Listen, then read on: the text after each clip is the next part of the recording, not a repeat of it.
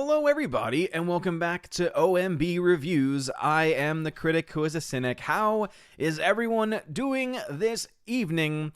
Welcome back to the channel. Happy Saturday to everyone. Happy weekend, and also welcome to episode 205 of the Welcome to Asgard podcast. Yes, indeed, I upload these live streams as podcast, usually the same night. Sometimes I fall a bit behind. I am in the process of actually moving servers. So recently I have been on the Red Circle podcasting app. I'm now transferring the podcast over to Anchor, as it is just a better overall format from what I've seen. Much easier to monetize than Red Circle, and so therefore I'm in that process. And so if you do follow this on podcast and you're noticing any issues, that might be why, though based on what I've read from Anchor, there should not be any issues as the transfer has started. However, what I have noticed is that if you're directly on the Anchor platform, for some reason the episodes are not showing up with their full length. So I'll have to contact somebody over there to double check, because obviously I do not want the episodes to not be the proper length. That would not be good, cutting off the episodes randomly from time to time. Also, tonight will be very special because we'll actually open the show with starting a giveaway. The giveaway winners will be chosen at the end of the stream, but I figured that way we give everyone the entire stream to enter in if they want, if they so choose. And so today we'll be giving away two different Blu-rays. So there would be international giveaway, so that for no matter where you are in the world, I will ship it to you. International giveaway. So the first Blu-ray is going to be The Last Starfighter. So I'll be giving that away on Blu-ray. And the second Blu-ray will be Tina's favorite movie, Parasite. So again, you have to have interest in one, at least one of these, because whoever the first winner is gets to choose which one they want, and then the second winner gets the other one. So if you don't want any of them, or if you would be like, I really don't want this one if I happen to get it, or I don't know what to do with it if I happen to get it, then you might not want to actually enter into the giveaway. So I'm going to go ahead and open up the giveaway. So to enter into it, Heimdall should be giving instruction. You just put enter exclamation point. You then put a space, and then after the space, you put a number. And the max number of tickets that you can get for this giveaway is 100. It is 500 digital cookies per entry. So therefore, there's a max on how many times you can enter in. So again, 100 tickets max. The number that you put after the space, so enter, exclamation point, space, the number that you're putting after is the number of tickets that you want. Now keep in mind, if you put in a number that costs more than what you currently have on YouTube, this will be a YouTube exclusive giveaway, by the way. Sorry, very sorry, D-Live fam. This will be a YouTube exclusive giveaway because otherwise I would be going crazy. But anyway, that is going to be what we do tonight. So again, if you have any interest in Parasite on Blu-ray, as I know Tina definitely wants to have this movie to own, and then The Last Starfighter on Blu-ray, those will be given away at the end of the show. And so I asked the Valks if they could just keep an eye on that and shout that out throughout, that if they want to enter in to win, potentially, either one of those Blu-rays, to go ahead and enter in. All right, let's go ahead and say hello to some people in the chat. We got Slicer Neons, who was here at 5:20. He was here very early. How's it going? Lord Toth in the chat. What's going on, good sir? He's a member. Venom Brolin 93. Orange Chat Reviews. How's it going? He's also a member. Says, hail chat, and Odin can't wait to get into the Mandalorian discussion. Yes, indeed. Short answer. It was a great episode. And I feel like a lot of people have been overly critical of the episode. And I don't agree. 13th Warrior, thank you for being a member on the channel, 13th Warrior. Were you one of the people that joined up the member stream last time? Well, thank you for that. It says, doing well, just waiting for our first snow. I'm observing a personal lockdown. Well, that is very sad. Sorry to hear that. Don't know where you are in the world, but that is awful. We all know that these lockdowns suck. I believe in individual liberty and taking care of our own, right? We can all contribute to the common good if we're given the choice to do so. But when one is forced to give into the common good, it's not really charity at that point, is it? The new number 2 who's a member of the channel. Hail to you, good sir. Glad to see you in the chat. Mike Jackson. How's it going, Mike Jackson? He was here early. Tina B here as well. And yes, indeed, 2 people disliked the stream before it even started. We should at least see what the stream is all about before disliking it. Again, I'm all fine for disliking a stream, but come on, man. Come on, man. Tina B says, anyway, welcome. Smash the like button on the way in. Wait, gotta do that myself. Steph is on the way. If you want Odin to see the comment, put Odin question. Yes, indeed. If you have a comment in the regular YouTube chats, you must put Odin question. Otherwise, I won't see it. Otherwise, it will not highlight orange, and I won't know that you're trying to get my attention. Now, if you are a member on the channel, one of the perks of your membership is that I will see that you're a member, and that as long as I don't see that you're tagging somebody else in a conversation, I will read your comment or question there. And yes, Tina, please do not spam. We will be getting into a little bit of politics at the very beginning. As you can see, one of the topics is indeed the OMB report, where I'm just giving you a little bit of a spiel about what I cover on my new second channel. I do have a second channel called the OMB Report, where I talk about news and politics. And so it'll be I think it'll be a shorter section overall. It'll be a little bit about the Supreme Court case and kind of the hypocrisy of the Supreme Court a little bit. But we'll get into that in just a second. And then also we'll talk about The Mandalorian, Chapter 15, the most recent Mandalorian episode. And then, of course, our general movie talk discussion, as we tend to have every single week. All right, here. Stephanie B's in the chat. What's going on, Stephanie B? Glad to see you here on time. Always great to see. Yes, indeed, I was able to start at 7 today because we have moved Baby Thor's schedule around. And so now he bathes at 6:30. Doesn't take too long, luckily, because he's very small. But we were able to get that done pretty quickly. And we then are able to, get the show started on time.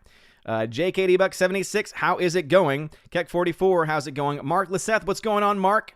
Glad to see you here. Alex McCarthy's a member, says, howdy, Odin, how's it going? How's the Baby Thor and the pizza? Answer, Baby Thor. Pizza last night was great. Had some more for lunch.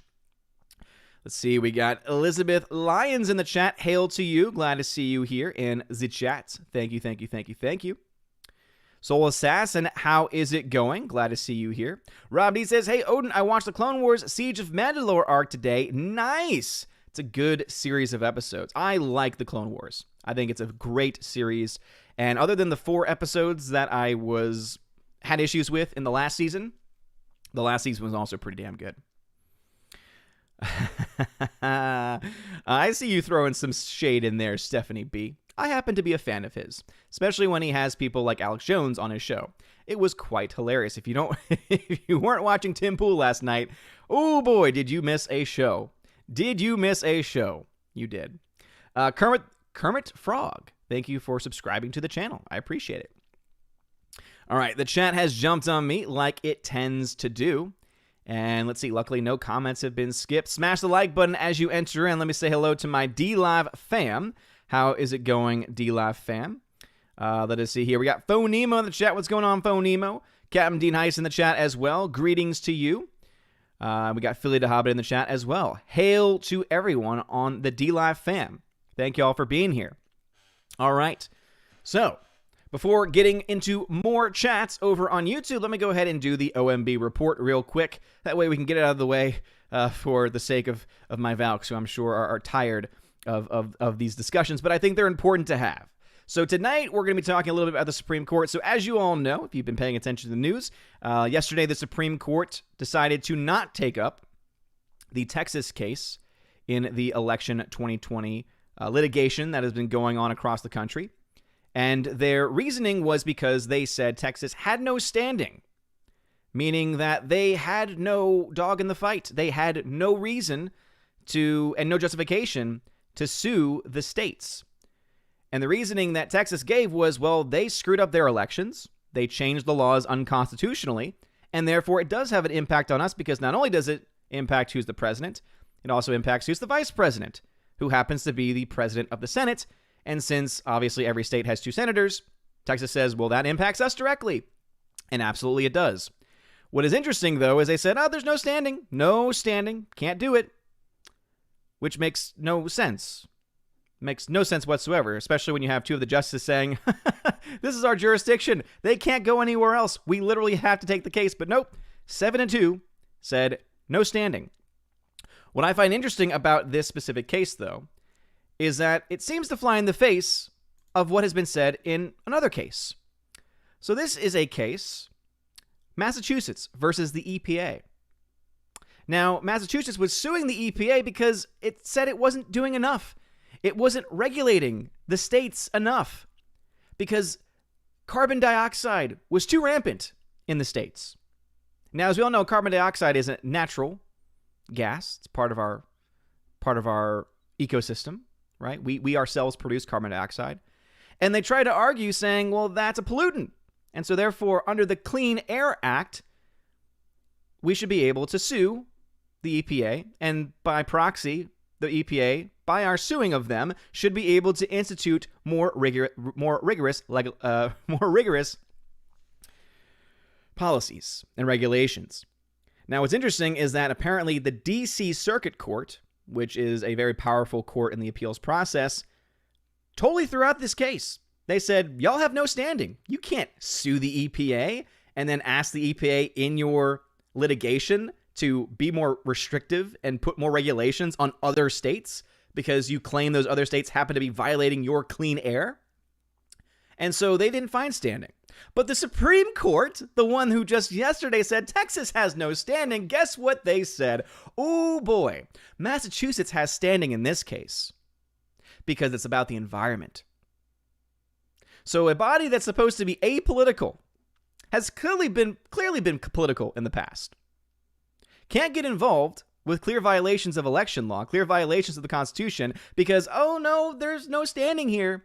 Oh, but if you go back to history, Massachusetts versus EPA, oh, they have standing. And I love the language that's being used here. So this is from the actual ruling from the Supreme Court that was in favor. It was a 5-4 decision in favor of Massachusetts. So as you can see here, only one of the petitioners needs to have standing to permit us to consider the petition for review. Interesting, only one of the petitioners. So no one in the state of Texas had the standing to do so. By the way, they must have failed to recognize that there were a lot of people that signed on to try and be a part of the process, to be a part of the case, which included people actually from Pennsylvania. I guess they have no standing, according to the eyes of the Supreme Court. Only one of the petitioners needs to have standing to permit us to consider this petition for review. We stress here, as Judge Tattle below, the special position and interest of Massachusetts. It is of considerable relevance that the party seeking review here is a sovereign state and not, as it was in Louisiana, a private individual. Ah, a sovereign state, you say. Isn't Texas a sovereign state? Well, before the creation of the modern administrative state, we recognize that states are not normal litigants for the purposes of invoking federal jurisdiction.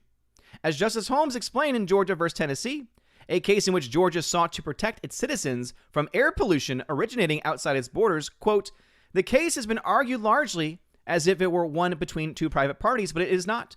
The very elements that would be relied upon in a suit between fellow citizens as a ground for equitable relief and wanting here. The state owns very little of the territory alleged to be affected, and the damage to its capable of estimate in money, possibly at least, is small. This is a suit by a state for an injury to it in its capacity of quasi-sovereign. In that capacity, the state has an interest independent of and behind the titles of its citizens in all the earth and air within its domain. It has the last word as to whether its mountains shall be stripped of their forest and its inhabitants shall breathe pure air.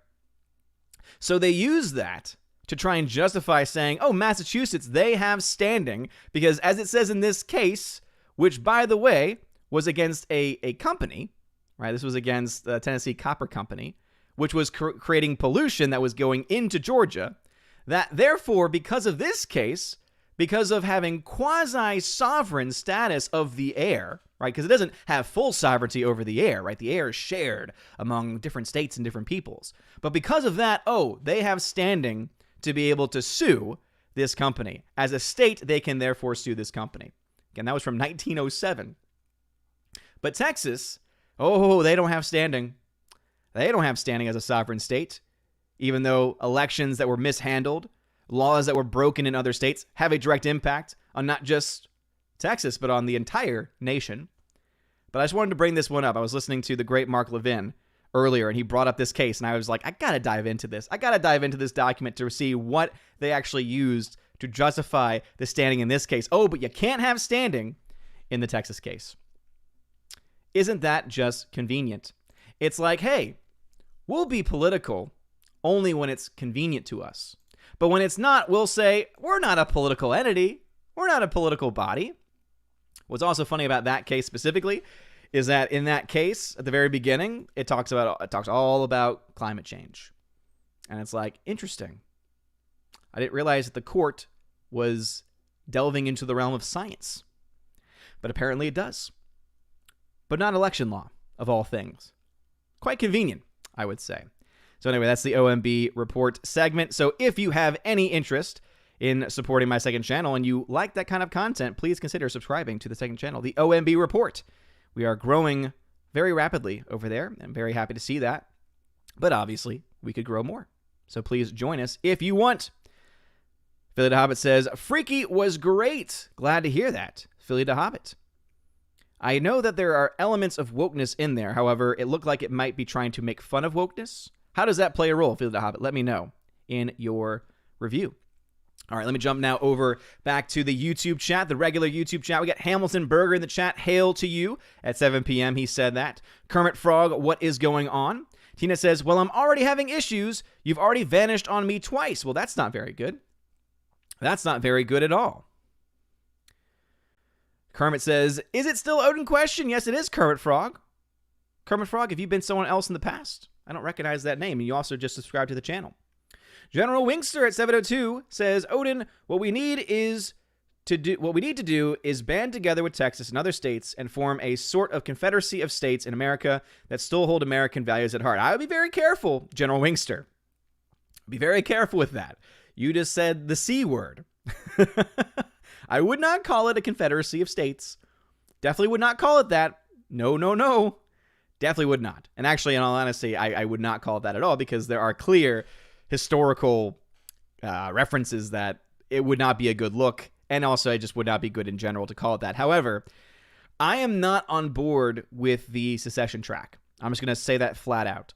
And it's not because I don't think that, for instance, the state of Texas, based on what I know, and Stephanie, you can correct me if I'm wrong here, I believe the state of Texas, in the understanding as it was entering into the Union of the United States, that it would hold on to the right to be able to break away if it so chose later on.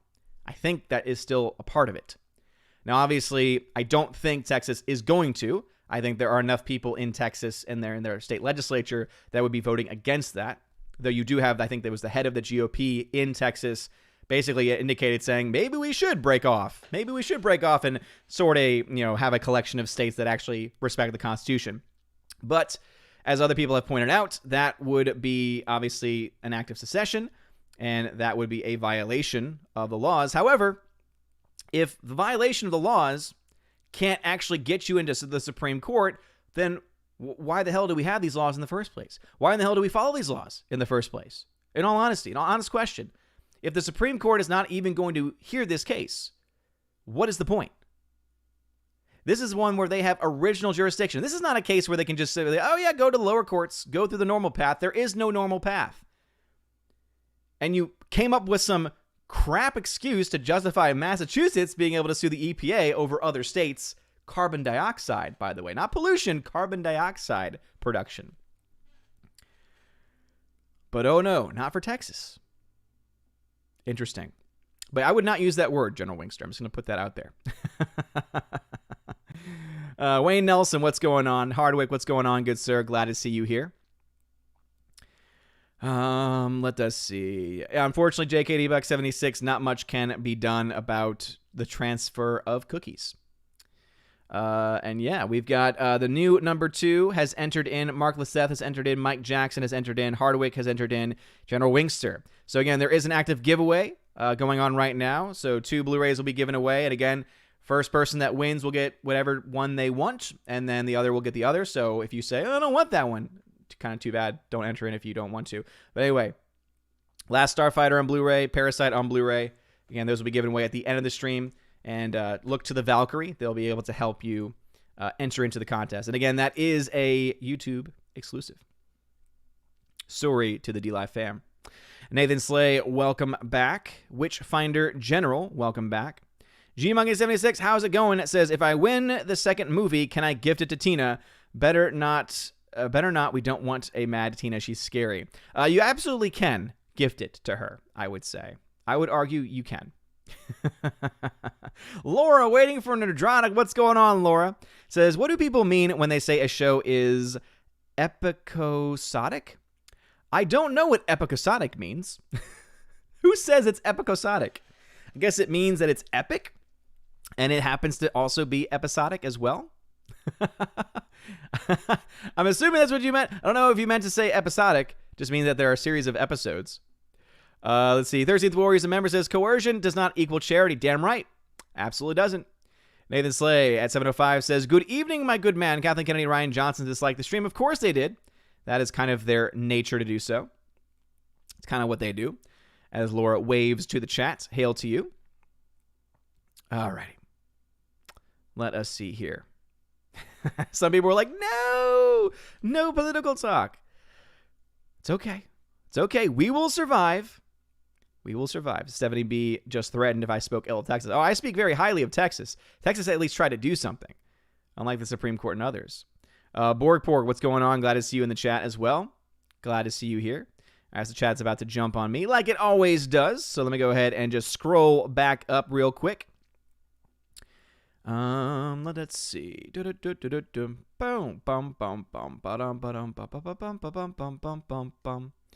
All right. I found where we left off. I think. Yes. Hamiltonburger Tag says, did I miss a show last night? Just Friday Night Tights. So I'm on Friday Night Tights over on Nerdrotic's channel, and that is what we do over there.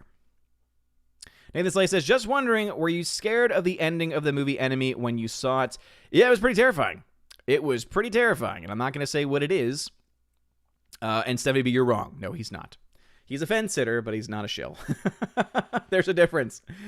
Hardwick Tagged says, the Loki trailer features a scene adapted from the 2016 comic storyline Vote Loki, which was a woke orange man bad metaphor in which Loki ran for president on a pro-lying platform. Just adds to me not really having much interest in the show, to be perfectly honest.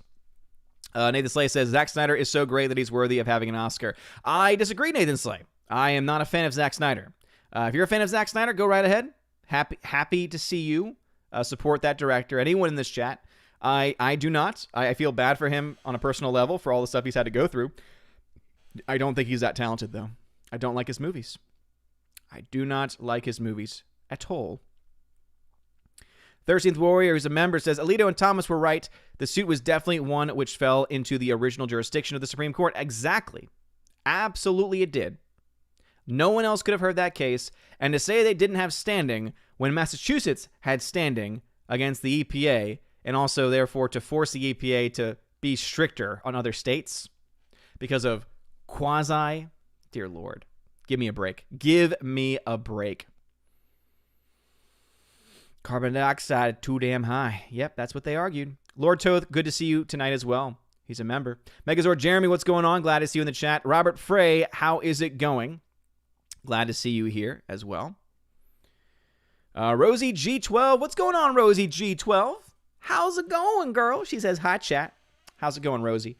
And by the way, I have now gotten another 30 minutes into The Fisher King, kind of like taking it, piece by piece. And I'm enjoying it. I got to a scene where Robin Williams is dancing around butt naked. Hilarious. Amazing performance so far from Robin Williams in this movie. And also, one of my favorite scenes ever, there is a singing telegram. It's a guy in a dress singing as Mama Rose? Oh, and it is just... Mwah, it's gorgeous. Actually, he's got a really great falsetto. He's got a great falsetto singing voice, Rosie G12. So I am still very much enjoying it. Very much enjoying it. Words. Lordy. Bryant Barth, what's going on? Glad to see you in the chat. Let us see here. Let us see. Who has tagged me? Kermit Frog says, what is the media going to talk about if Trump leaves office? Nothing about Biden or nothing bad and will quickly die. What do you think? Oh, no. I mean, it's going to... Here's the thing. As I've mentioned in the OMB report, on that channel, I think that there's a 99% chance at this point that Biden gets sworn in. I mean, that's just the reality. There are still cases that still need to go towards the Supreme Court. There's an active case that actually I watched some of the case today in Wisconsin. which could go either way. So it's the Supreme Court of Wisconsin basically ruling on whether or not you might have some votes thrown out there because the laws were broken in that state. And the argument from the other side is, yeah, but then you would be disenfranchising over 200,000 people. And I'm thinking to myself, the law was broken. So you're saying that we should just justify breaking the law because people happen to vote in an unjust fashion? I mean, obviously, I think that the remedy is not just throw them out. I think that there needs to be a way to, whether it's having a special election, whether it is, throwing out specific votes. I definitely understand that point to it, but it's a weird thing to see people justifying breaking the law. However, because I think that's very likely, I think what's going to happen is Biden's going to be in office for maybe a year, max 2, just so that he can say, I was president. And then he will either choose to step down because he will admit that he is indeed going through mental decline, as we all know he is. And then who becomes president? Kamala Harris. That is what I honestly think is going to happen in the next year or two. The opposite side, or rather the alternative to that, would be that we all know Nancy Pelosi was already doing some digging on the 25th Amendment, basically of removing a president because of cognitive decline, of not being, functionally all there. And it's not being used against Trump, and it was not. She even said, I'm not planning to use it on this president. Oh, okay. Basically setting the stage saying that if Biden does not step down on his own, he will be removed. And who becomes president? Kamala Harris.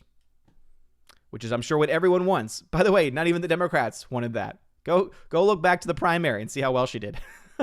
It's so ridiculous. Oh, it's so ridiculous. Thursday the Warriors, a member, says the Texas case was tied to the Constitution, specifically the Electors Clause, Article 2, Section 1. This puts it squarely into the SCOTUS original jurisdiction. Absolutely it does. Absolutely it does. And that's why I said in the video that I've made in response to that case, saying there are still options forward, right? There's still other court cases, but here's the other thing. Because of the Electors Clause, any of the state legislatures, if they have the cojones, can say, all right, we're going to elect our own electors. We're going to choose our own electors, and we're going to send them on Monday. And there's nothing you can do about it because the Electors Clause gives us that right to do so. But I don't think they're going to do it. So it'll be interesting to see. I honestly think what's going to happen is on Monday, when the Electoral College votes in the United States, I think you're going to see more than usual, not maybe overwhelmingly, but more than usual, of faithless electors. The thing about faithless electors, though, those are people who are sent, let's say, Pennsylvania sends 20 electors, that's 20 people, and their electors are bound to vote for Biden at this point. And so let's say that 5 of them say, nope, we're not doing that because there's some questions and some legality issues, and so we're going to either abstain from voting or we're going to vote for Trump or vote for someone else. Well, certain state laws make that illegal. So basically, if they did that, their votes would still count towards Biden anyway, and they could actually even be fined potentially as well. Every state has different laws on that specifically, but I think you will see a lot of faithless electors on Monday, and that's going to make it even more interesting, to be perfectly honest. Because again, the only date in the Constitution that's stipulated is January 20th, which is the day of inauguration.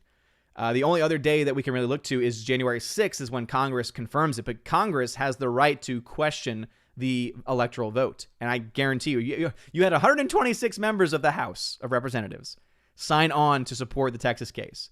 So Lord knows you're going to have at least 30, maybe more, maybe less, that will raise up objections in the House when they're counting those votes, which means they'll have to at least debate for 2 hours. It'll be interesting to see what happens, though.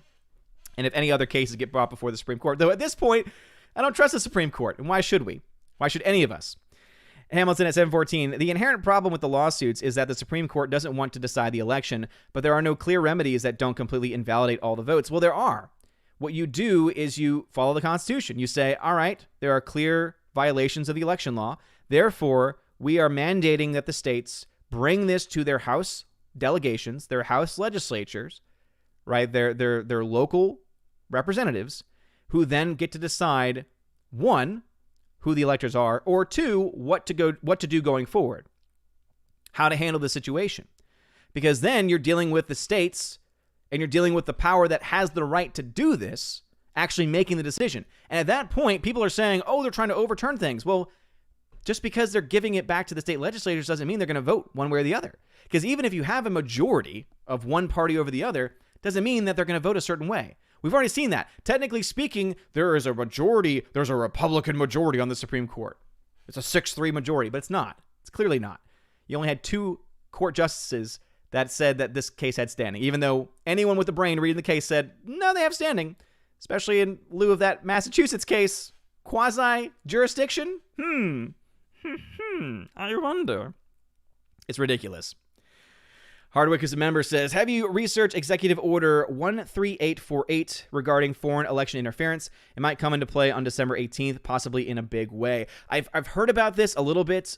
So there's that executive order basically stating that if there is a sign of foreign election interference, that the president can essentially order that the election was fraudulent and therefore reject. I don't think that's going to happen, to be perfectly honest, because if we thought things were bad before, that would make it even worse. Also, I'm pretty sure constitutionally he does not have the right to do that. You cannot just mandate by executive fiat anything that you want. I would say one thing that is more likely is a declaration of martial law. But even then, I still don't think that's going to happen. But I think out of the two, between executive order and martial law is more likely, but both are very, very, like, less than 1% chance of that happening. Bryant Barth tagged and says, have you heard of Ken Russell? If so, what do you think of him? No, I know Kurt Russell. Rannick Eisenkral, welcome to the chat. Glad to see you here. Nathan Slade tagged and says, do you think all straight-to-DVD movie sequels are garbage? I mean, they skip theaters for a reason. Most of the time, yes. And here's the thing. There was a time when if you were a straight-to-DVD movie, it was a clear indication that, yeah, you skipped theaters, which means you did not think the film was going to make any money. Which then I asked the question, why would you waste your money on it if you didn't think it was going to make any money?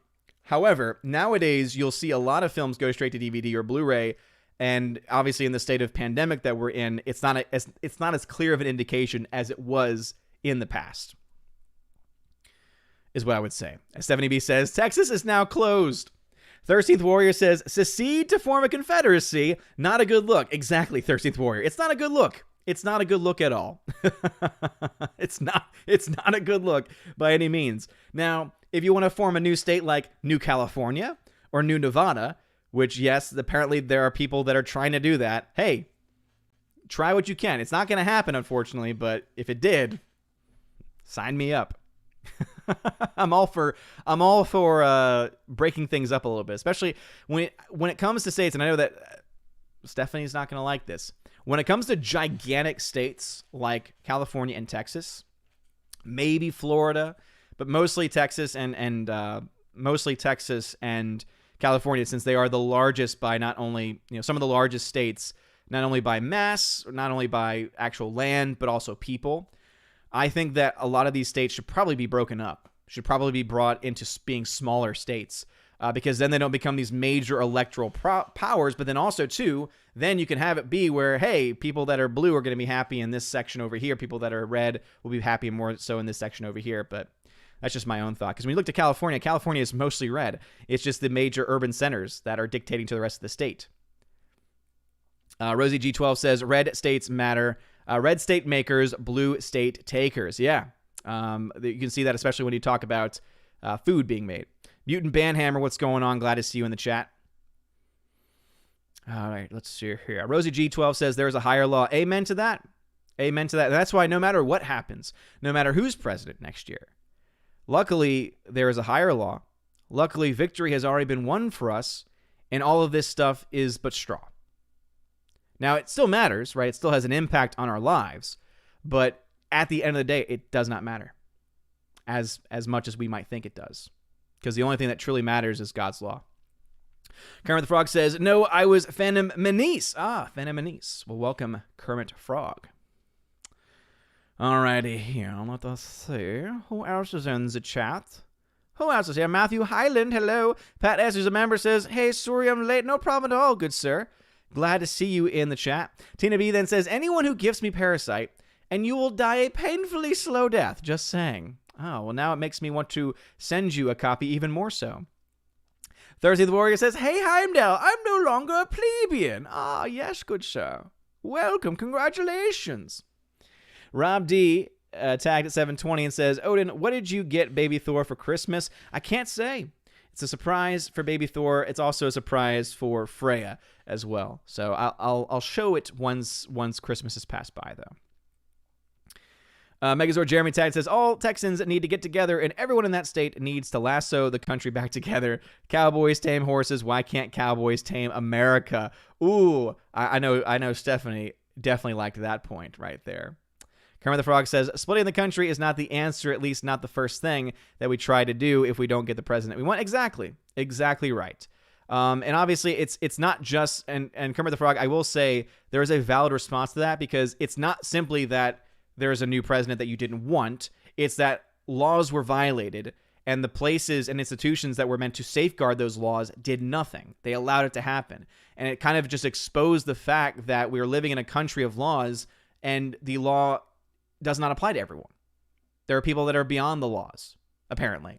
And I think that that's the reason why you're seeing more so than ever people talking about this, right? It's not simply we lost.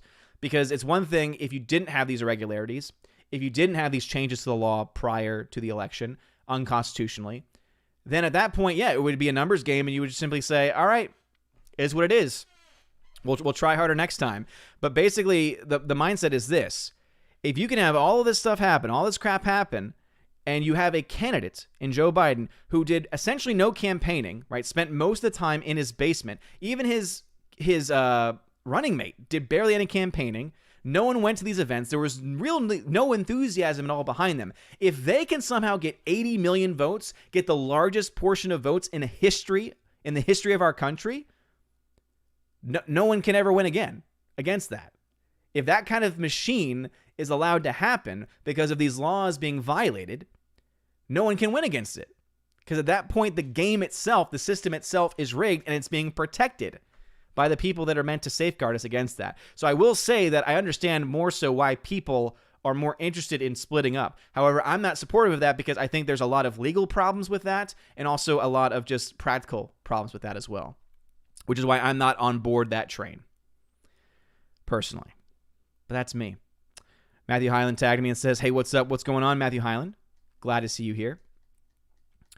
All right. Chat has jumped on me like it always does, just like it always does. Luckily, no comments have been skipped. Always a great thing to see here. Let me jump over to D-Live real quick, see what's going on over there. Philly de Hava says, Freaky on the woke meter was a 5 out of 10. If you liked Happy Death Day, then you'll love Freaky. Ah, okay, gotcha. I didn't see Happy Death Day. I didn't have any interest in seeing it, to be perfectly honest. Just it's not really my kind of film. Didn't look very good to me.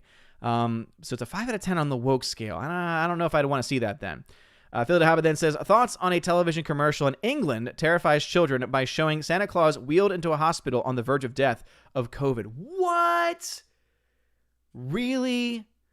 It's one thing if you're going to talk about people that have actually had it, if you're going to show like images of the hospitals, because there are hospitals. I know this as a fact. There are hospitals that are at capacity.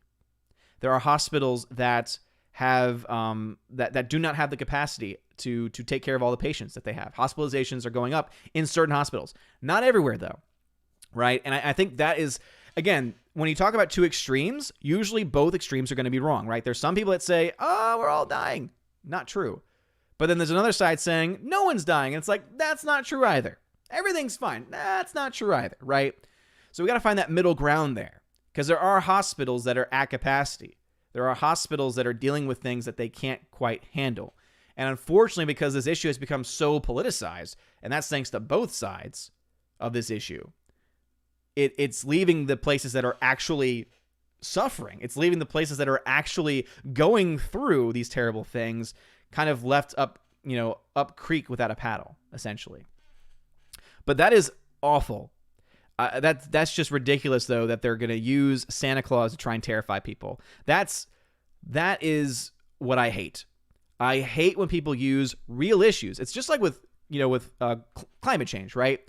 We know that there are issues going on, right? The climate has been changing for a long time. We know that humans are having some impact on that. We don't really know to what extent, right? Science is still not really settled on that, about what we're going to do, what's going to happen, how long it's going to take, right? Because back in the 70s, they said, by now we would be frozen. That didn't happen, right? Because science itself, right, is cyclical, right? Cyclical, right? If you actually look to the scientific method, you get to a point, and unless you are declaring a theory, you have to keep going. And even if you do declare a theory, guess what? You still keep going, right? The Big Bang Theory, it's a good theory. It's backed by having a hypothesis that has been proven correct after scrutiny. But even then, it still has more things to answer. There's still more questions left to it, right? It's not a law. And the same thing is true in this case here.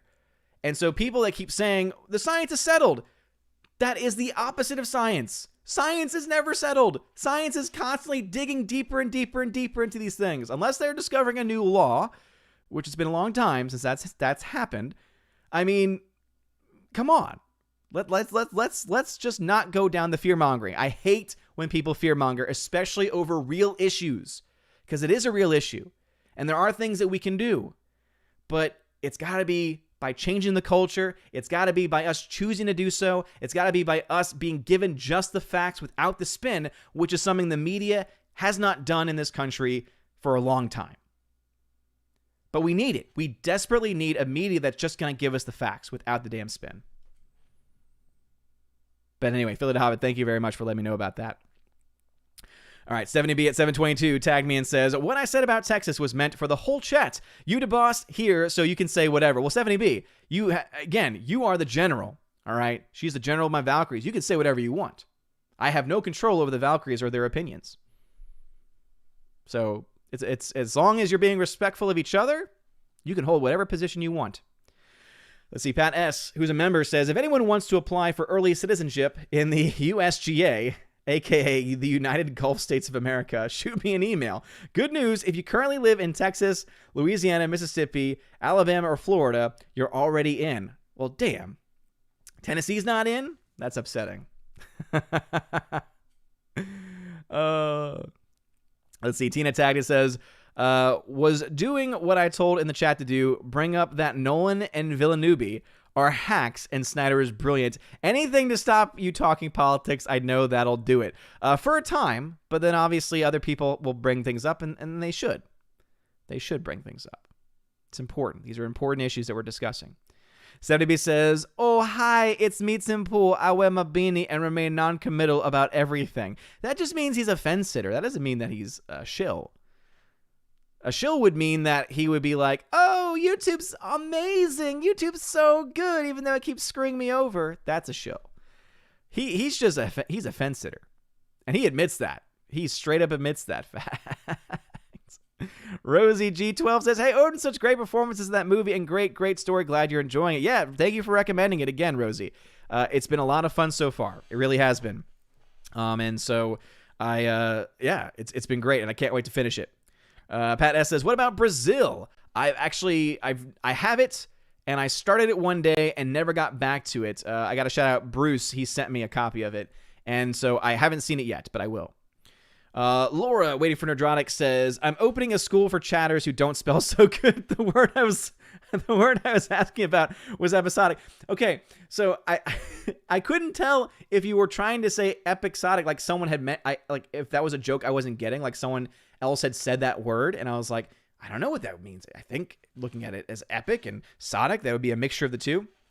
So basically, if something is episodic, I'm trying to think of the use, because there's different use cases for that. So for something to be episodic, it just means to have episodes, right? So any show technically is episodic. But I want to say the way in which that phrase is often used is in shows where the episodes themselves connect with each other. So you have some shows where every episode's different. There's no clear continuity. Forget what that's called. And I believe episodic, and again, I could be wrong on this point, but I believe episodic is when a show has an actual continuity where each episode leads into each episode and there isn't any guessing of, oh, that was a weird jump in time and everything. Hopefully that makes some sense.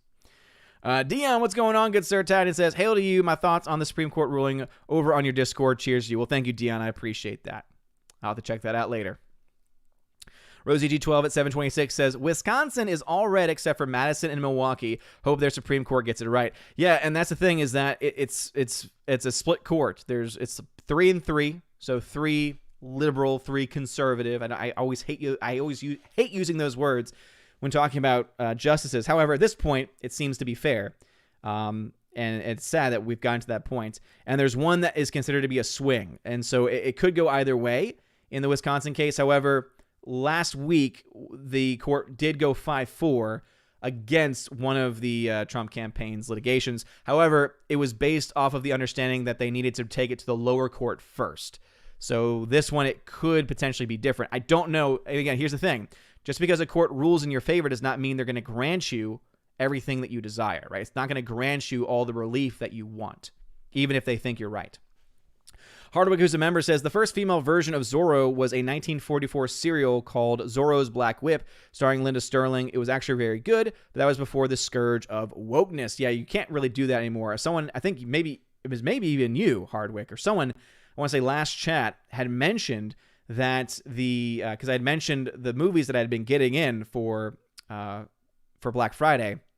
And I mentioned that I got the film His Girl Friday, which has another film attached to it. It's a Criterion Collection, and it has the front page. And apparently the front page is the earlier version of the film, and the character that's played later on by a female was originally played by a man. However, the person that did the story for His Girl Friday said, hey, the story actually makes a lot more sense if this character is a woman. And guess what? It actually worked. It worked very well. It's a hilarious film. Great film. If you've never seen His Girl Friday, I highly recommend it. And I want to say that the Criterion sale might still be going on, so I think you can get it for like $20 now, and you get 2 movies, which is good. But yeah, it's sad though, because it was done for story and it made sense. You don't really see that being done nowadays, and it's really sad. See, Nathan tagged and says, what movie has an ending that scared the crap out of you? Enemy. I think Enemy was scary. I can't think of any off the top of my head.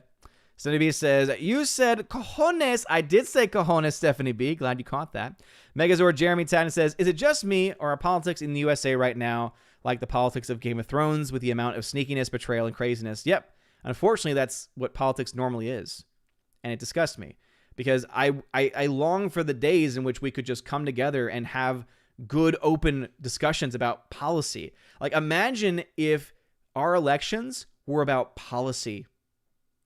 That'd be amazing, because then we could literally vote on the merits and say, I'm voting for this person because they have this view of policy. I'm voting for this person because they have X view of policy. Instead, it becomes a politician game. It becomes rather a celebrity game, right? It becomes about, oh, I don't really like that person's personality. It's like, oh, okay, that definitely can be a way. I mean, you can choose however to vote you want. I mean, we have freedom in this country, right? At least I thought we did. But at the same time, you absolutely should look at someone's policy. That should be the primary thing. And unfortunately, we've kind of lost that. Matthew Highland says, do you think Michelle Obama will ever run for president? I don't. I really don't. I mean, at this point, Trump has kind of set the stage where anyone, you do not he proved that you do not have to have been a senator, a governor, or anything else, a general. You do not have to have had any other role in politics ever to be able to run for president and win. And so he's basically opened the gate for people like Michelle Obama or Kanye West or The Rock, right? These are people that we've heard whose names been thrown around. Kanye actually kind of ran. He didn't really run a full campaign this season. But I mean, could she run? Yes. I don't think she would, though.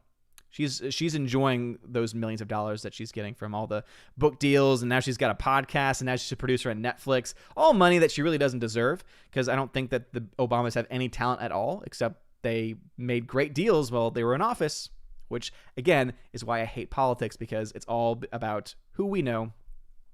Tina B says, Nolan needs to go back to film school. Context, get off politics, my friend. Again, if I could choose to move off of it, I will, but the people will speak.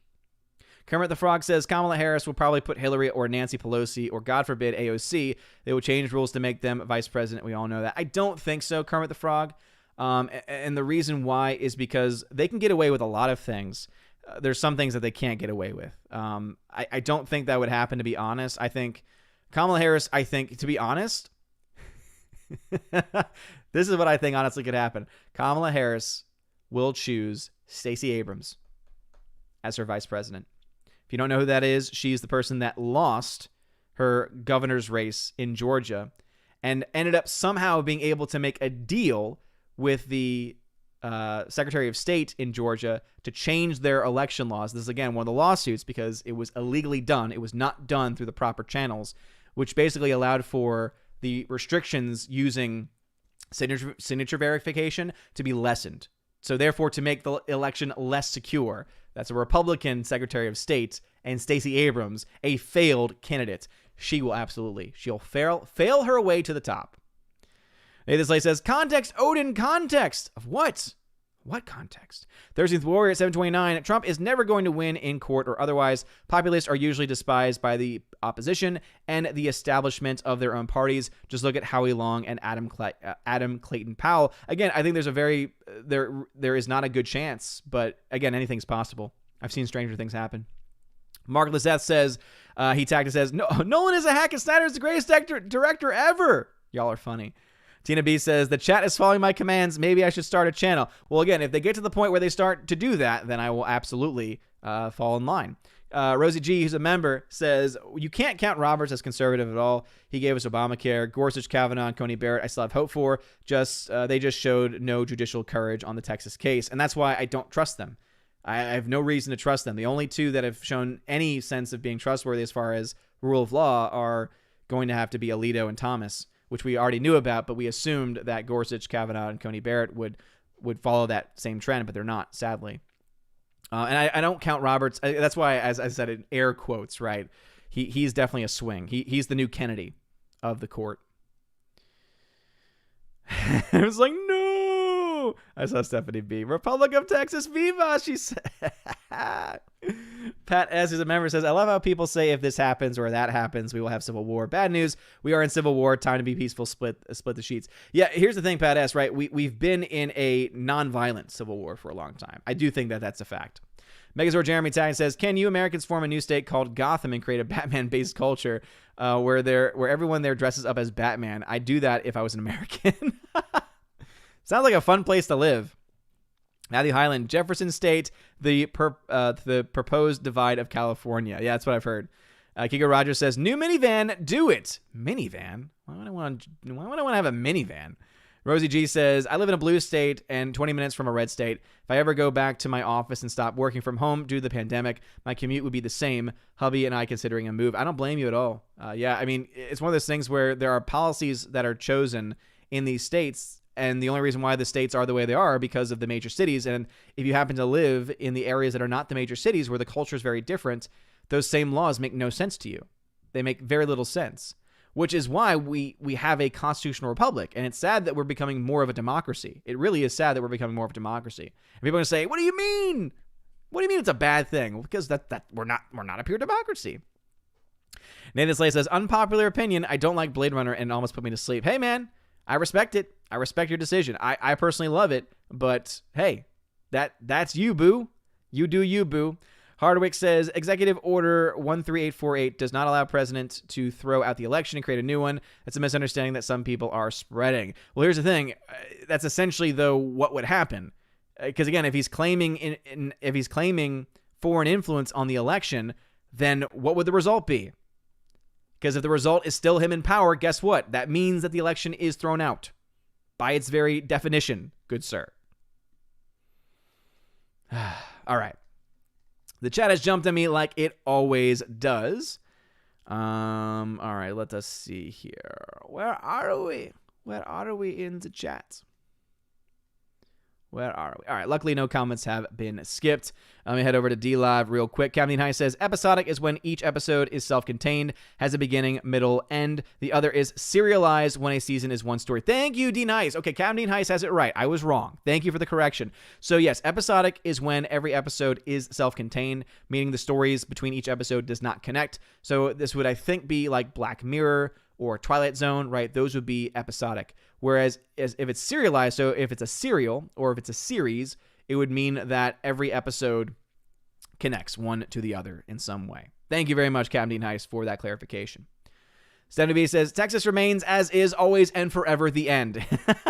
I figured that might get under your skin a little bit, Stephanie B. And that's why it ain't up to me. It ain't up to me to dictate. Rob D says, I thought Once Upon a Time in Hollywood was a waste of 2 hours and 40 minutes of my life. I see what you're doing, Rob D. I see what you're trying to do. Again, if everyone stops asking the questions about it, then I'll move on. Again, I go mostly by what y'all give me. Just keep that in mind. Y'all are the best. I love y'all.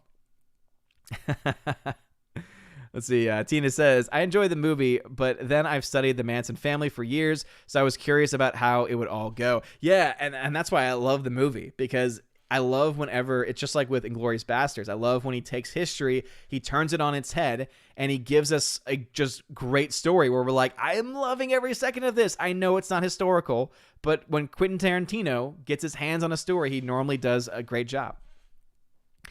Let's see. Dark Shadow Logan, welcome.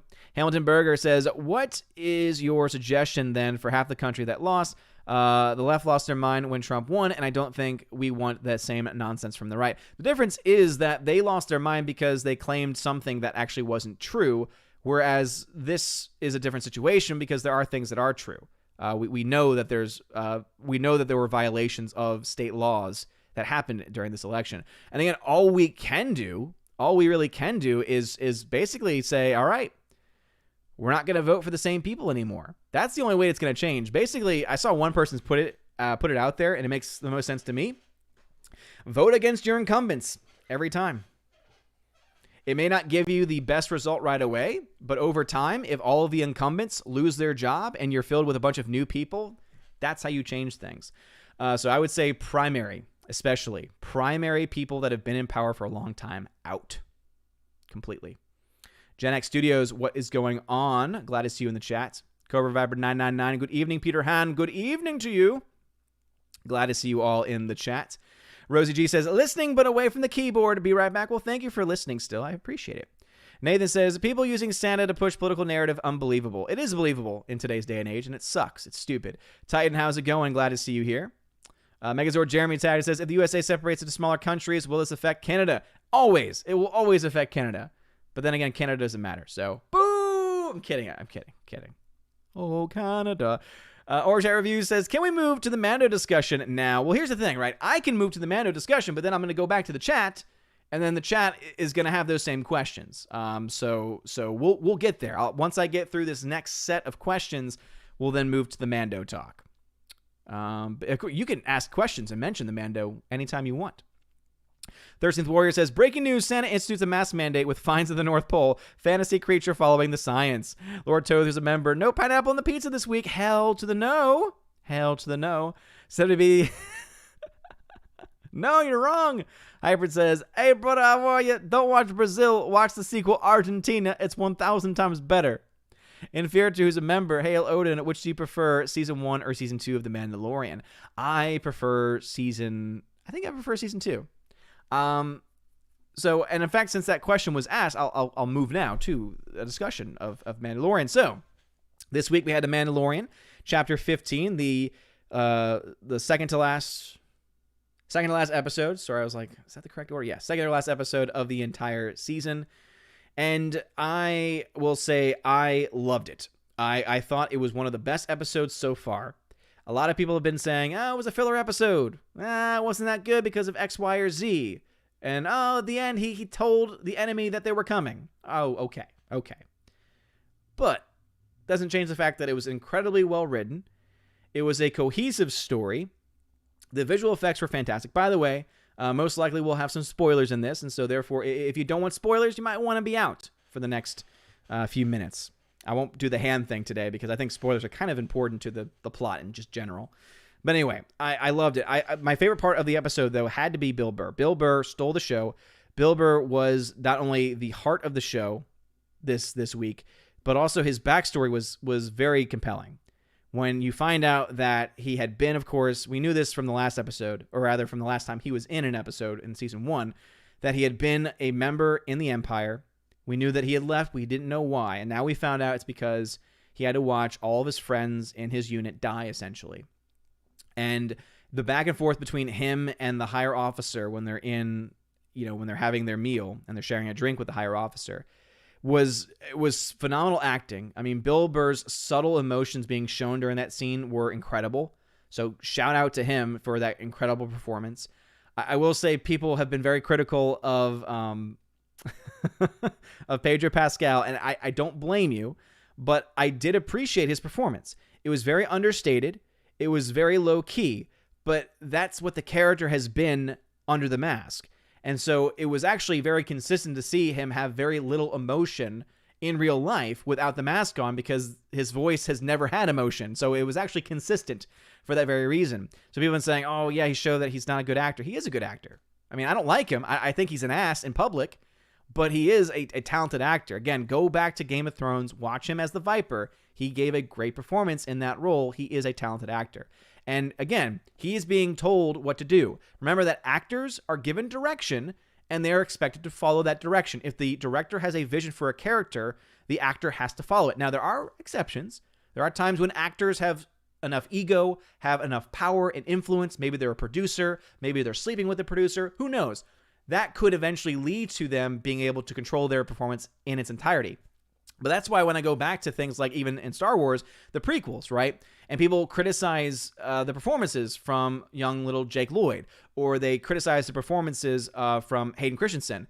Most of the blame is actually on George Lucas, because he's the one that either one said, this is how I want you to do this role. This is how I want you to present this character, which means it came from him directly. Or even worse, he's the one that sat back, watched the scene happen, and then said, oh yeah, that's good. I like that cut. That's fine. He's the one that basically saw the little kid saying, Master Skywalker, what do we do? And then said, oh yeah, that's perfect. That's perfect. So directors actually deserve a lot more blame normally when it comes to performances. But anyway, that is what he was asked to do, and he's doing it well. You may not like that opinion, but it's the truth. Again, if you have a problem with the way the character's being presented, your problem's got to be with Jon Favreau, because that's how he's writing the character. He's the creative head behind that show.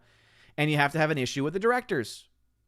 And that's, I think, one of the problems with the show, is that you have a new director every single time, and therefore sometimes the feelings and emotions in the episode, even though the characters are consistent, because Favreau is behind the scenes, right, pulling the strings, right, directors can only do so much with these episodes, they do still have control, right? They do still have the ability to get certain performances, focus on certain things that they want to focus on in these shows. And so in that case, though, I think Pedro Pascal did a great job. Now, some people have said this episode only existed so that he would have to take off his mask, but you know what? We've been needing that moment, and I'm glad it wasn't just this random, oh, we're gonna build it up. We're gonna build up all this tension, then finally we're gonna see his face, because that to me would be like all that so that we could see his face. And instead it was he loves Baby Yoda. He loves Grogu so much that he's willing to literally sacrifice everything, including who he is as a person, right? From the very beginning of this series, he's made it clear that his Mandalorian way is the most important thing to him, right? That's what's been made clear in every episode. This is the way, right? This is the way. He's now found a new path. He's now found a new way. Grogu, Baby Yoda, now means more to him than his Mandalorian principles.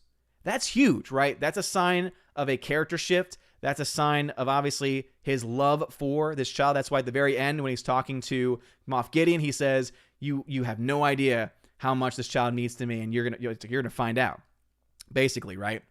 And I thought that was badass, and someone brought this up on Twitter, basically saying, everyone mocking this scene, are you a fan of movies like Die Hard, when he does the same thing, when he writes it, ho, ho, ho, I've got a machine gun now, basically he says, I'm coming for you. Like, think about how many episodes of shows, how many movies have had the main person doing that. And yet everyone's like, oh, this is so stupid. It's like, if you're critical of this, then you have to be critical of these other things. And if you are, hey, good job. You're consistent. I didn't mind that one as much. So anyway, loved the performance from Bill Burr. I thought Pedro Pascal's performance was understated and also added to kind of this comedic element of it as well, having them bounce off each other in that way. And again, I don't think it's the most compelling performance I've ever seen, but again, he's doing everything he's being asked to do. So again, if you hate it, put that on the writers and the director. Mostly put that on Favreau, because he's the one that this was his brainchild idea. And so that was all great. I love the score. I don't think I've mentioned that enough, that the score to this series is fantastic. And watch it all the way through the very end, because there's a time when the score gets into like all of the strings and horns come in, and it's just like epic. You're just like, this is fantastic. This is the same dude that did Black Panther? Really? This is great. And it really was fantastic. So, yeah, Mandalorian episode chapter 15 was absolutely fantastic. Thoroughly enjoyed it. And it was definitely one of the best episodes of the series so far. And so, Inferior, to get back to your main point at 743, yes, I think that season 2 has been an overall better season, but I still think that some of my favorite episodes are still from season 1 because, to me, I don't think anyone has quite surpassed what Deborah Chow has done. Deborah Chow's episodes are still some of my all-time favorites. All right. Current Frog at 744 says, in Australia, they have stopped COVID vaccine because they are getting false positives of HIV. Yeah, I heard about this, Kermit the Frog, and that's a fact. Go ahead and look it up. And I heard that they were talking about this last night on Tim Pool. And they were talking about how they had to stop it because they were getting these false positives. Yeah. And I believe that was the Pfizer vaccine. The same one that I think we're trying to get, or one of the ones that we're trying to get here. So hopefully that's not the case, because that's not a good thing. That's not good at all. Nathan Slay says, why exactly do you dislike David Lynch? No hate, just wondering. I just think he's overrated. And the reason why is because I've seen now 2 of his movies, and they just weren't good. They were dull, they were boring, and they didn't add anything. Like, honestly, I don't get any of the hype around him. I mean, when it comes to other directors, normally I can say, I can see what they've added to the sphere. I don't see what he's added, to be perfectly honest. I think people look at him and say, ooh, he's artistic. And that's like their main defense of him. Well, he's artistic. Come on. Hardwick says he sent information about the executive order on Twitter. Or no, private message. Okay, Hardwick, I'll check that out later. Thank you for that. Pat S says, in the UGSA, there will be no marks or chips to buy or sell or trade goods. You're thinking, will I like the United Gulf States of America? Look at a map that shows where 90% of natural gas is produced. Yeah. Wait, does that mean we get to go back to, like, trading things? Because that could be awesome. If it means that there's not going to be a Federal Reserve, I'm down. Johnny X Studios, Temple is getting Thomason water seal for Christmas to treat that wood fence he has up his chimney. What? That didn't make any sense to me. Pat S says, rice, he's a member, rice, seafood, and cattle too. Ah, yes, of course. Of course. Kermit Frog, you have to do Odin question. Thank you, Kermit Frog. Yes, if you want your comment read or question answered, you have to type Odin question. If you actually look down here, it says clearly, look at that, type Odin question. If you have it, again, put it all together, Odin question, all one word, it highlights orange, and that means I'll get to see it. If you don't want to wait, by the way, it also says I fall 20 minutes behind, which is true. It's 8:08 in real life, it's 7:46 in the chat, so yeah, I'm a little over 20 minutes behind. So if you don't want to wait, there's a way to get around that, but you're going to have to super chat or donate via Streamlabs. And if you want to find out the Streamlabs link, it's in the description of the video. And Super Chat is the typical way. That's the only way that you can surpass those things. And also, of course, if you're a member on the channel, you don't have to tag me. All right. Blake St. Clair, what's going on? Says, episodic is Haley? Yeah. All right, cool. So, yes, that was a question that's been answered. All right. So, thank you, Blake St. Clair. I appreciate that. Usually, that's what you meant. Ah, gotcha. Gotcha, sir. Thank you. Thursday the Warrior says, Elon Musk. What about Elon Musk? Oh, being president. Yeah, maybe. Orange Hat Reviews is a member. Reagan did that in the 80s. Context proving anyone could win and run. That's a good point. However, he did, before being president, he was governor of California, and he may have had something before then too. So he still actually, he did go through a process before still. But yeah, it's very similar.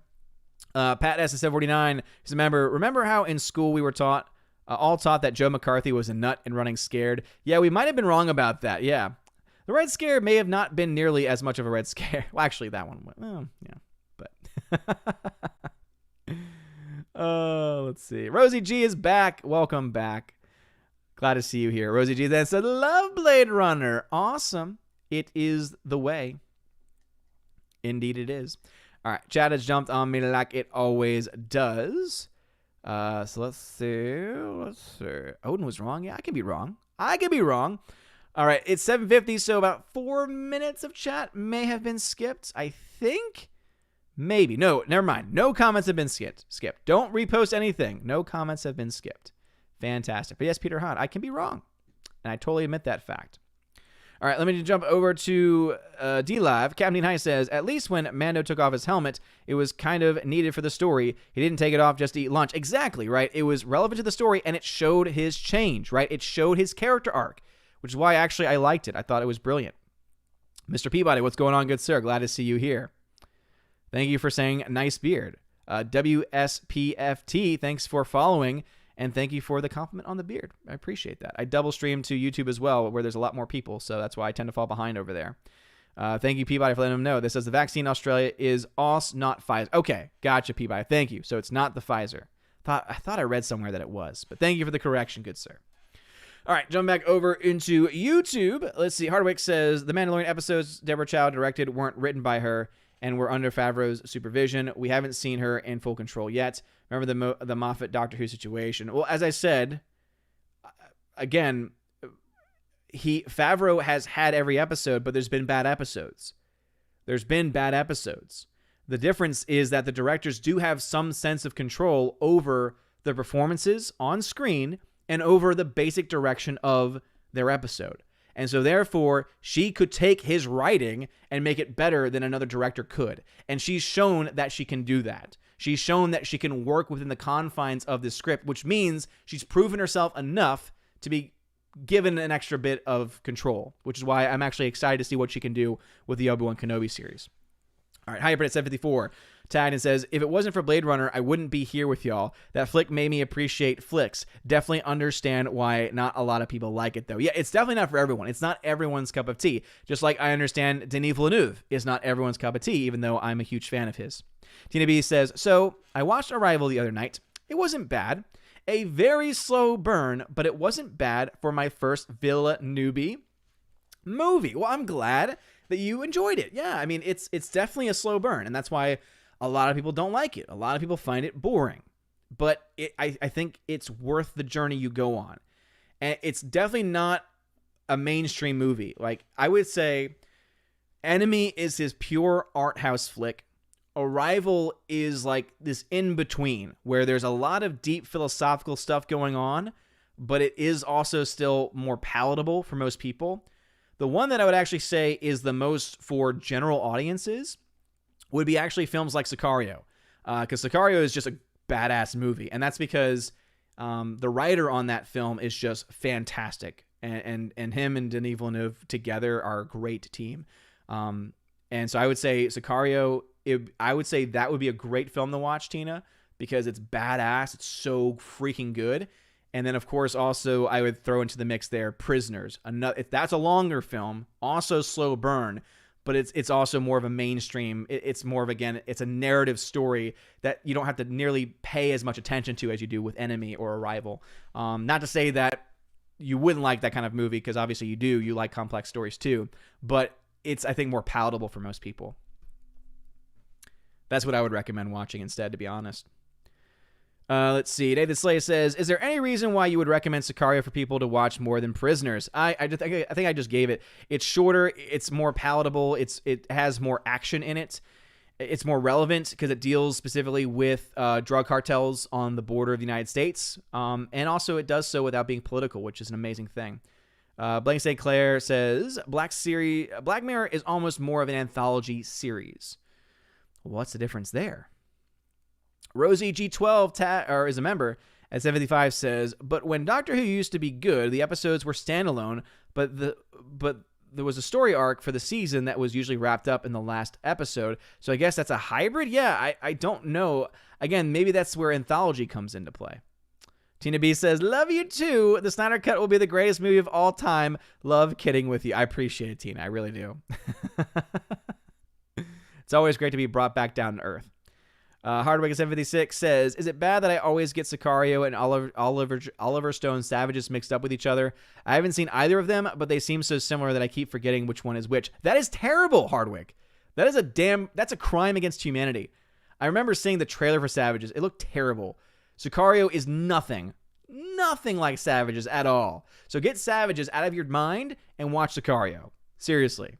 You will enjoy it. And if you don't enjoy it, don't enjoy good films. Rosie G12, who's a member, says, the right generally acts like adults. The left has tantrums. Who is destroying cities? It's a fair point. I will say that people on both sides can act like children, though. Super says, hey, what is up, my dude? I'm so late. I was having some dinner with family. Dinner with family is always important. So thank you, Super, for being here. I always appreciate it. Pat S. is a member. Snyder should get a lifetime Oscar, if not all the Oscars in 2021. No. Never. 13th Warrior 78. I saw a documentary on Tarantino. Supposedly he makes everyone turn in their cell phones on set to develop camaraderie among cast and crew. It is also done so that nothing leaks out. That's why a lot of the time his stories don't leak before they actually come out. So it's a twofold reason there, 13th Warrior. But what documentary did you watch? Let me know. Rosie G12. They should have taken Bill Burr with them. Yeah, seriously. And I'm hoping that in this, was it Rangers of the New Republic, I think is the name of the show, or something similar. I'm hoping that what they do is it is the Gina Carano show and her co-stars Bill Burr. That would be so good. Just with those two. That's all I would need. But yeah, I agree. Rob D. tagged at 759. Do you think Disney Plus is worth getting for The Mandalorian? At least getting it when a new season starts and canceling it when it ends. I mean, it depends, really. It depends on what you want it for. I mean, it's only, I think, $7. Here's the thing. I think there's still a free trial. So you can get the free trial, I think, for a week. You can binge watch both seasons. So you can wait until next week when the season ends and then binge watch both seasons. And I would say it's worth it for the free trial. And then if you only pay for 1 month, it's still like, what, $7 maybe, $7 or $8. If you have Verizon, you get it for free. So yeah, I think that there is definitely a case to be made that it can be worth it for that reason. But again, yeah, for $7, I would say to get if you can binge watch 2 seasons in a week or in a month, I would say for $7, yeah, sure. I would much rather own it on physical media, but yeah. 70B says, Bill Burr backstory, hard to say. Not as hard as I would think, but I see your point. Let's see. Pat S., who's a member, says, Snyder should also get a Tony and at least a Nobel Prize in chemistry. Good Lord, man. Get out of here. Gen X Studios, they gave Mayfield a backstory in 15 minutes. They couldn't give Ray a backstory in 3 movies and multiple books. That is a fair point to make. No question about it. Hardwick says, one thing that I found a bit head-scratching about the latest episode of The Mandalorian was why Bill Burr didn't go back to get his helmet when he saw his old commander and didn't want to be seen. From what I could gather, it's because they were on a time crunch. They were on a time frame that he would have had to go back all the way to the vehicle to get it, which may have looked odd, especially since they had just gotten back from their mission. And also, too, because, again, when you deal with these stories, you don't tend to have it be, oh, let me go back now and go get my helmet, you know? And also, of course, because it does serve the story too. So Nathan Slade, 801. I know of a YouTuber called Filmento who hates Paul Dano because he screams and cries in every movie he is in. Is that true? Does he cry in every movie that he does? Maybe. A lot of the movies he does. He might. I still love him. Paul freaking Dano, man. And here's the thing. He screams and cries well. It's called acting. Rosie G, who's a member, says, we call him Brown Eyes. Yeah, that's right. Yes. It's such a great line. We call him Brown Eyes. He can't hear you so well. I just love it. He's like, hey. So good. And then, again, the subtle acting of Pedro Pascal. We were just like, I guess I have to go with it now. Rosie then says, yeah, I don't love different directors because the overall feel isn't consistent. I agree, right? Because even if Favreau is writing most of the stories, because here's the thing. In this episode, it was the director who wrote it. And obviously it's going to be under the supervision of the main creator, which would be Favreau here. But he still got to write it. He still got to write the actual script. He got to write the screenplay. So yeah, obviously it does create this level of inconsistency, which is not good, right? So every episode, for the most part, Jon Favreau writes for, which is why there's general consistency, but you can tell that the show is haphazard, and you can tell that a director does have a role to play by the fact that every episode feels a little bit different. So for anyone that says directors don't do much, come on. Come on, man. Come on, man. Andrew Hoyle at 8:03. Man, oh man. Says, I'm so late. Sorry, Odin. Well, I'm just glad you're here, Andrew Hoyle. We're 10 minutes out from the end of the stream, but thank you for being here at least. Eric Sandbrook. What's going on, Eric? He tagged me and says, the issue for me was that a number of dumb decisions brought them to that spot. Helmet removal. It could have been great if they had been intelligent and were out of options. Well, here's the thing. In order to keep the story moving, in order to keep the plot moving, and also in order for them to keep on the mission, that was the best option they had available. Because keep in mind this too, like some are saying, why didn't he just go grab and get his helmet? We know now from his backstory that that dude had a huge impact on his life. So it's not even that he's just afraid of being recognized. He obviously has a fear of him. And so I think that it was that he wasn't even thinking about going to get his helmet, because in that instance, he's just doing, again, pure emotion, pure adrenaline. He's just like, I can't go in there. I can't do this. I can't. And then Pedro Pascal's like, I need to get this information. We need to get this information. We need to get out there, because if we don't do it now, if we don't hurry the hell up, Grogu could get hurt. So I think there is absolutely enough story elements there to justify the decisions that they made. Rosie G12 says, I love that end scene where Mando was in Moff's face. So good. I loved it. I thought it was great. It was very consistent with other movies and other stories where it's the same thing that's happened. And I think it's badass. You don't have to think it's badass. I do. Every time. Hellenberger says, television shows have a long history of having many different directors over the course of their run. It is where a lot of actors first get to direct, especially on long-running shows. This is very true. This is different, though, I would say, because this is a long form. And long-form episodes, especially when you only have 8 episodes per season, and there's only been so many episodes, I think it becomes more apparent. When you have long-running serials, right, if you're having a Big Bang Theory, right, where you have like 24 episodes a season, or even longer-form shows where there's like 24 episodes a season, it's a lot less noticeable. But I think when it's more contained, it's actually a lot more. Nathan Slay tagged and says, the Avengers equals the Horn Menace. Avengers Age of Ultron equals Attack of the Robots. Avengers IW means Revenge of the Six. It's a lot of combining of things, and I don't quite get it. Bib Fortuna. Yes, Peter had. I just saw Bib Fortuna, and I was like, I got to talk about that. Bib Fortuna. Yes. I want the Bib Fortuna origin story. If you don't know what it is, look it up. Reminds me, great Star Wars musical called Annie, A-N-I. It's hilarious. And he makes a Bib Fortuna joke. Pat S. is a member.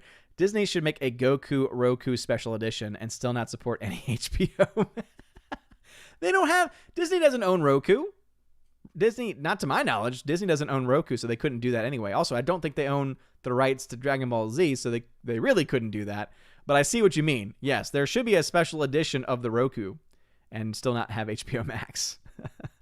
Orange Hat says, as much as I am not a fan of Pedro off screen, I think he did a good job showing his discomfort without his helmet. Also forgetting he was in different armor and trying to stop an attack was good. Exactly. I thought that it did a very good job.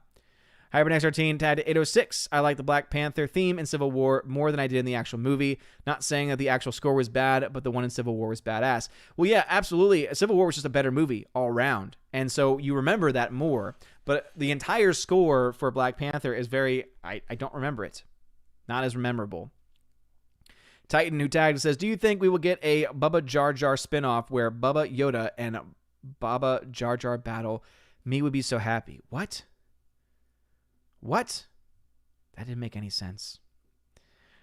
Laura says, la, la, la, la, love Dune, la, la, la. Yes, Cara Dune was amazing in the episode. I'm so sorry. You're right. I totally forgot. Cara Dune, also fantastic in the episode. And again, Cara Dune, Bill Burr, both in the episode, or rather both in a new series together, would be fantastic. 13th Warrior 807. Odin, what do you think of Denis Villeneuve's statement in Variety? I think I've mentioned the overall sentiment of directors in Hollywood. I know that I talked about Nolan in a video, and I think I mentioned Denis Villeneuve as well. And yeah, I think that the directors being pissed off at HBO Max have every right to be. Not just financially, but also I think just practically. HybridX13 at 807. Sometimes I forget David Lynch's last name is Lynch, and I sometimes end up saying David Leitch. What is it with names? Villeneuve, Leitch, what's next? Yeah, it's a fair point. Andrew Hoyle at 808. All I want to see from Star Wars is diverse space dinosaurs. No, you don't, Andrew Hoyle. Get out of here with that High Republic nonsense. How dare you? All right. Hardwick says, in the documentary series Disney Gallery, The Mandalorian, either Favreau or Filoni said the reason for different directors is that they want each episode to be a mini movie with its own feel. And yeah, they do that. However, as a series, that's not the smartest thing to do because it makes it inconsistent. Mutant Banhammer says Quentin and Tarantine by written Directino.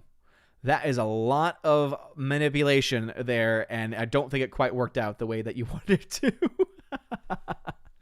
As the chun has jumped on me like it always does. Thank you all again for being here. And yes, indeed, we're getting towards the end, which means we'll be doing our giveaway selection very, very soon. Do need to start rushing through some things. Look like no comments have been skipped, but I will have to start skipping some non-member comments. It's just the way that it works towards the end of the streams. Field Hobbit over on DLive, though, first said, did Black Widow save the movie theaters by not announcing simultaneously release on Disney Plus and in theaters at their latest meeting? Well, we don't really know. We don't know for sure what's going to happen. I honestly think they are going to put Black Widow on Disney Plus, and there's a good chance that they do it for free. Because of HBO Max doing the same thing. Who knows, right? I think their plan is still to put it out into theaters, but theaters not going to be ready when that film is expected to come out. So they're going to change it. And there might even be a good chance that they put it out onto Disney Plus for $30 like they did for Mulan, which is stupid. All right, Rosie G, who's a member, said, Red Scare was real. Read Witness by Whitaker Chambers. It will blow your minds. Interesting. Okay. Book recommendation there. Mike Jackson, it highlights orange. I want my comment red. Too bad. I have no control over that. That's a YouTube thing. Pat S., who's a member. How does Mando eat straw and liquid lunch? They did technically. I know it's a joke, but they did show that what he'll do is he'll eat from underneath his mask, or if he's alone, he'll take his mask off. Bryant Barth tagged, what do you think of the upcoming series and movies from Marvel and Star Wars? To me, there's a couple of things that hold my interest. However, for the most part, to me, it's just like, I don't care for Marvel anymore. I really don't. Marvel has lost most of my interest has been lost from Marvel. And for Star Wars, it's like, didn't they just 2 seconds ago say that people were having Star Wars fatigue? And now they're coming up with 10 different series? I'll be interested to see what they do with that. All right, I do need to start skipping some comments. Father Christopher Mailer, hail to you, good sir. Thanks for being a member on the channel. All right. Thursday the Warrior says, I liked Passengers. It was slow but satisfying. Yeah, I haven't seen that one. However, it is definitely one that is one that I never had a desire to watch it. I don't know why. Sensei Mike, what's going on, Sensei Mike? Bow to your sensei. Bow to your sensei. Thank you for being here, good sir. Glad to see you back. All right, do have to skip non-member comments. Sorry. Andrew Hoyle, who's a member, all the Oscars this year will be split between Cuties and The Last of Us Part 2. Ew, no! No, Patooey, I spit at you, Andrew Hoyle. How dare you? I dare you. Rosie G12, who's a member, says, did you not like Snyder's Watchmen? I thought it was brutal but awesome. So it's one of those movies where at the time I was like, all right, change the graphic novel a little bit. Okay. The performances, like I think the casting for the most part was pretty spot on. Especially for Rorschach. But then as the film has aged, all of his films don't age well. Because I used to love 300. I've gone back to the movie since, and I'm like, this is not very good. I really don't like this. All right, only members now. 13th Warrior, Tarantino Doc, Q28, the first 8. Interesting. Okay, thank you. Father Christopher Miller, who's a member, says, is Bill Burr the same from F is for Family? If that's the comedy skit, I don't know all of his comedy shows, but it might be. It might be. Pat S., who's a member, Once Upon a Time in Hollywood is Quentin's 5th best movie. I don't know. I might put it in his top 3, to be honest. All right. Again, sorry is having to skip comments except for members at this late hour. Pat S., best you can put Pulp Fiction, Jackie Brown, Inglourious Basterds, and Reservoir Dogs in any 1 to 4 order you want, gang. I actually haven't seen Jackie Brown, so I can't speak to that one, but the other ones are fantastic. I actually think Inglourious Basterds might be one of my favorites. I actually really like that one, and also Once Upon a Time in Hollywood. Actually, no, Hateful Eight. Hateful Eight's an underrated film. I love Hateful Eight. The story, the cinematography, and score for that movie are fantastic. And when you look in the behind the scenes of what they did, oh boy, so good. Oh, so good. Yes, thank you very much, Stephanie B. Also, Stephanie B, to correct, putting cookies, that is not how you enter. So again, if you want to enter in, I am giving away a copy of Parasite on Blu-ray and a copy of The Last Starfighter on Blu-ray. And again, it's just going to be 2 winners. First winner gets to choose whatever one they want. The second one has to take the other one. International giveaway. You're using your digital currency, your digital cookie currency. You can check your cookie count by putting exclamation point cookies. That's how you check how many cookies you have. If you want to enter in, you have to put the expression enter, E-N-T-E-R, and then an exclamation point. All together. Enter, exclamation point. All right? E-N-T-E-R, exclamation point. You then press the space button, and then you put in a number. The number you put in, the max can be 100, because that's the number of tickets that you want to enter in for. However, it costs 500 cookies per ticket. So make sure that you're putting in the number that matches how many cookies you actually have, because if you put in for more, it will not count it. So far, I've got the new number 2 at 25, Mark Lizeth at 25, Mike Jackson at 25, Hardwick at 56, and General Wingster at 40. And 54 people still watching. Thank you for being here. I'm not going to explain it again. That's why it's a giveaway. Hardwick says, I also wonder why Bill Burr didn't put his helmet back on before driving into the mining base. Wouldn't he be afraid of realizing that they didn't recognize him as one of their workers? No, because remember, he said they didn't know him, so that they would be okay. And also, he kind of makes it clear saying that he doesn't like wearing a helmet. It kind of is a way to build up to that moment when he does take off his helmet. Orange Eye Review says, I do like that they use the seismic charge from Attack of the Clones to kill those ties. Also, the actor played the officer was the same from Batman Begins. Yeah, that's right. He played Joe Chill. Has a history of sleazy characters. Yeah, I remember someone mentioning that on Twitter. It's pretty great. All right, more members. Again, sorry, got to go members. Members only at the end of this stream. It's one of the perks of being a member. All right, let me make sure. Getting towards the end of the members' comments. Thursday the Warrior says, Overtuna velot luna. Pat S., who's a member at 826, why did any in Star Wars episodes 7, 8, and 9 starts get any new TV shows? Why didn't any of them get any stars? Probably because they're not that good. And they're still not wanting to admit that fact. Woody Buzz, what's going on? Glad to see you here. Tina, who's my mod, Soul is on Disney Plus for free on Christmas Day. Already sick of it. I've seen it doesn't add since yesterday. Yeah, I mean, I'll probably watch it to review it, but I have no interest in seeing it at all. Let's see. Father says, Sonic for Best Picture. No. Mank. Mank is so damn good. Speaking of which, Tina and Steph, y'all's packages should be coming in this coming week if they have not done so already. Let's see. Pat S. at 828. My mom and dad wouldn't let us have Cinemax when we were kids. I didn't find out why until high school when I stayed at a buddy's house and turned on Max after midnight on Friday. No! Oh, so naughty. No. All right. Pat S. trolling around. Father says, how many can one enter? Max is 100 tickets. Max is 100 tickets. If you can afford it. All right, let me see. Any other member comments before we pick some winners? All right, that is everybody. Phonemo says, I totally forgot Black Widow was even a movie. Yeah, seriously. That's how long it's been at this point. As Father says, Skinamax. Also, Father, I don't know if you have enough cookies or if you didn't enter in correctly. Because Balinda Hobbit, I have you for 5. Super, I have you for 9. But it doesn't matter because we are getting towards the end, and I do have to end this stream. And so I'll go ahead and say going once. I will then say going twice. I have no control over technical difficulties.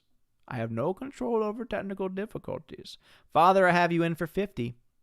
There we go. Now, came in right at the last minute. And, all right, it's closed. The giveaway is closed. It's closed now. All right. Let's spam this button. All right. Let's see. We got a winner. And the first winner is the new number 2. The new number 2, claim your prize. The new number 2, claim your prize. 70B says, I bid $1, Bob. I bet you do. The new number 2, claim your prize, good sir. So in the chat, just let me know whether you want The Last Starfighter or Parasite. And also, of course, if you're claiming it. If, of course, you're going to claim it. Is the new number is here. Great, I claim Last Starfighter. Boom, and it's yours. Last Starfighter is yours, which means the next winner is going to have to take Parasite, which, again, is a great film. I just want to put that out there. I love this film. The reason why I'm giving it away is because I got the Criterion Collection version instead, which is why it's great. All right, and so our second winner is going to be Mark Lizeth. Mark Lizeth, claim your prize. Mark Lizeth, claim your prize, good sir. Claim your prize of Parasite. And the only person that you can give it away to is Tina.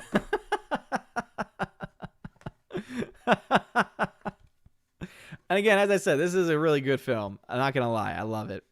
Well, I mean, obviously, yeah. So, Mark Lizeth, congratulations, good sir. All right, so, Mark Lizeth, new number 2. Y'all need to email me, odinsmovieblog@gmail.com. odinsmovieblog@gmail.com. And then you'll just have to send me your contact information of where I can mail it to, and I will mail it out as soon as I can. And so I'll mark it down. Mark, you have Parasite. And new number 2. You have Last Starfighter.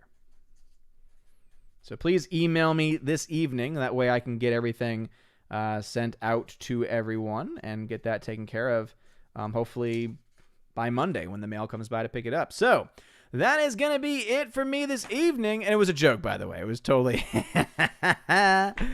and she's mad. Oh, she's mad. It's okay, though. It's okay. But anyway, that's going to be it for me this evening. Thank you all so very much for being here. It's been a ton of fun this evening. Y'all have been fantastic. Y'all have been great. Hopefully y'all have as much fun as I have. And yeah, we've had some general movie talk. We talked about The Mandalorian. We talked also, of course, about my OMB report on the Supreme Court. Hashtag Stop the Steal. Damn right. Slash the Neons. Let's sure as hell hope. Pat S., goodbye to you, good sir. Hamilton Burger, Keck44, Soul Assassin, Sherry Allen, Hound 3000, Tina and Steph. Shout out to the Valks. Shout out to the Valks. Shout out to the Valks. Because they're awesome. The Centipede site. What Centipede site are you talking about, Hardwick? That makes no sense. I'll find it somewhere. Whatever that means. But anyway. You guys are fantastic. Daniel Thorne, Camden Heist. No, you're breathtaking. Will Gentry, what's going on? Daniel Thorne, it's okay. Phonemo, y'all have been fantastic. So y'all are great. Rosie G12, great stream. Thank you so very much. I appreciate that. Indeed, Orange Chat, the Valks rock. Again, new number 2 and Mark Lizeth, please email me your contact information. That way I know where to just where to mail it to. Just where to mail it to. That way I can get y'all's movies as soon as I possibly can. I might be able to throw in some extra stuff in there. Who knows? Sometimes I'll throw in random films that you didn't ask for, but hey, it's another movie to watch. You guys are all amazingly beautiful people. And I love you all very much. We will have a chosen stream soon. I don't have our weekend set out yet, but it will be soon. It won't be tomorrow, because that's a little too much short notice.